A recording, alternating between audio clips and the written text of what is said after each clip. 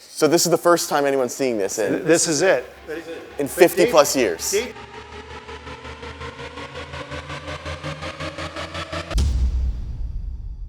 Hi, I'm David Tracy with the Autopian. I'm here with co-founder Beau Boeckmann. We're at the Galpin Speed Shop. Beau woke me up early this morning because he is excited to show me a Holy Grail, which is a hell of a claim. Is it really a holy... What are we looking at? So we're about to see a car that was actually designed by a child at school. It was built by a teenager, swept the car show scene, just made this huge impression, disappeared forever. For how long? Over 50 years. And you so found it? half a century it's been missing. Well, I could say I found it, but the truth is it found me. And that's a whole nother story in itself. But would you like to see it? Absolutely, let's freaking do it. Before looking at this Holy Grail, I want to learn what exactly makes a hot rod special, because I'm admittedly not an expert on hot rods.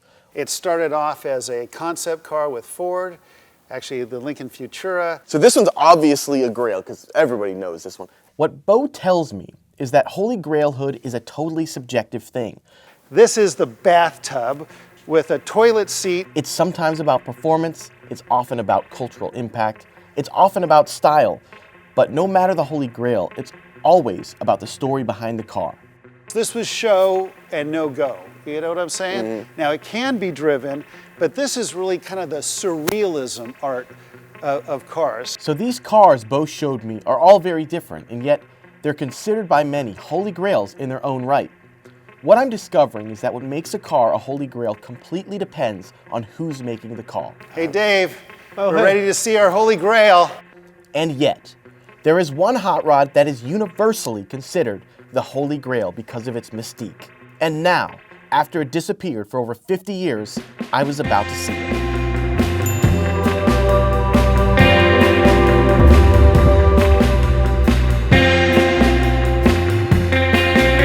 It's an incredible I thought this thing would have been rotted to the ground. Well, fortunately, fiberglass doesn't rust. That's fair. And it's been really in storage. And the guy that had it was hiding it from people like Dave. 100%. And when people would start closing in on where it was, he'd move it because he did not want anyone to see this. But you can really see how incredible this design is because it's the whole cab tilted forward. The roof is at, what angle is this? 30 degrees? Going through the whole thing.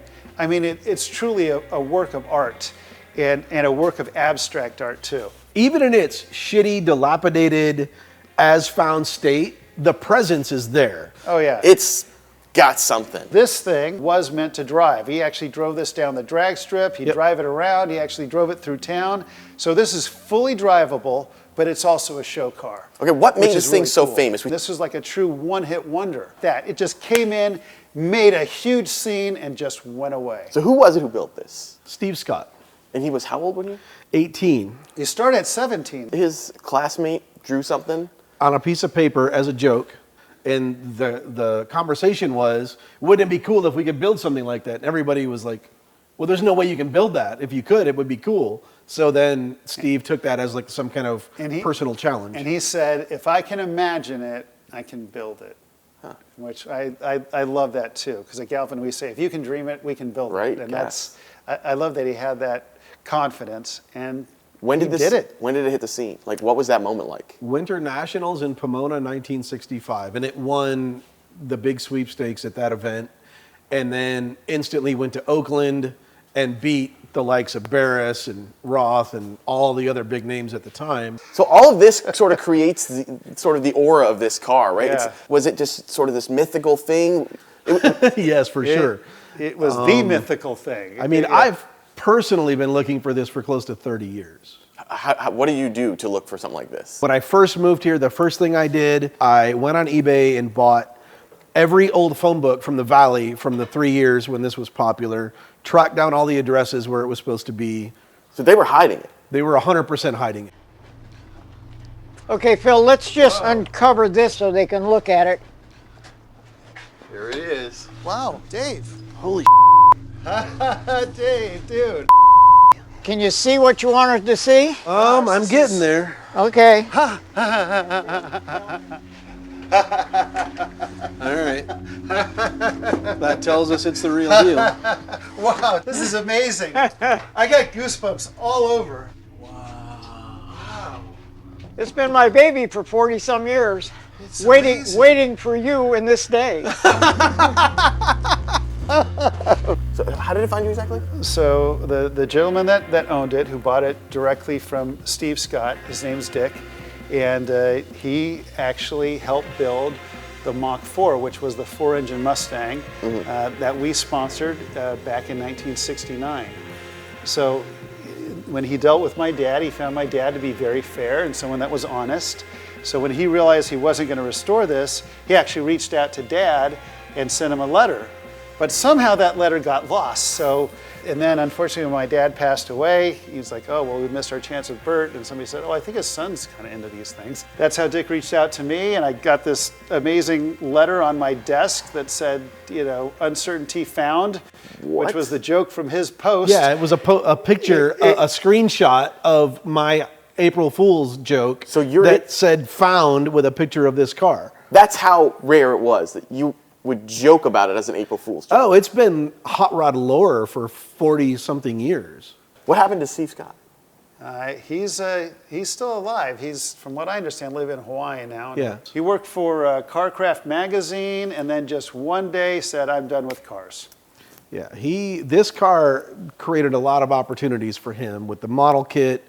The royalties didn't necessarily go as planned, but it did get him a job at Carcraft. And I think that's it too, because he thought this model kit was going to take off, he was going to make all this money, and he never quite got that thing going, and that's why the model kits are so rare. What are the plans for this, by the way? The idea is to show it. So first, we're about to take it to the Grand National Roadster Show here coming up next week. And then we'll take it to Autorama in Detroit. And when it's the appropriate time, then we're going to start restoring it to bring it right back to 1965 when it took over the hot rod scene. Truly a Holy Grail. I don't think there's another one bigger than this to find. You found the Holy Grail. There isn't anything bigger than this in this genre of cars to find. Everything else is either known where it is or has been found and restored. I'm blown away. I really am. Right. I know it's not a Jeep Cherokee with like a half-blown engine, but it's still pretty cool.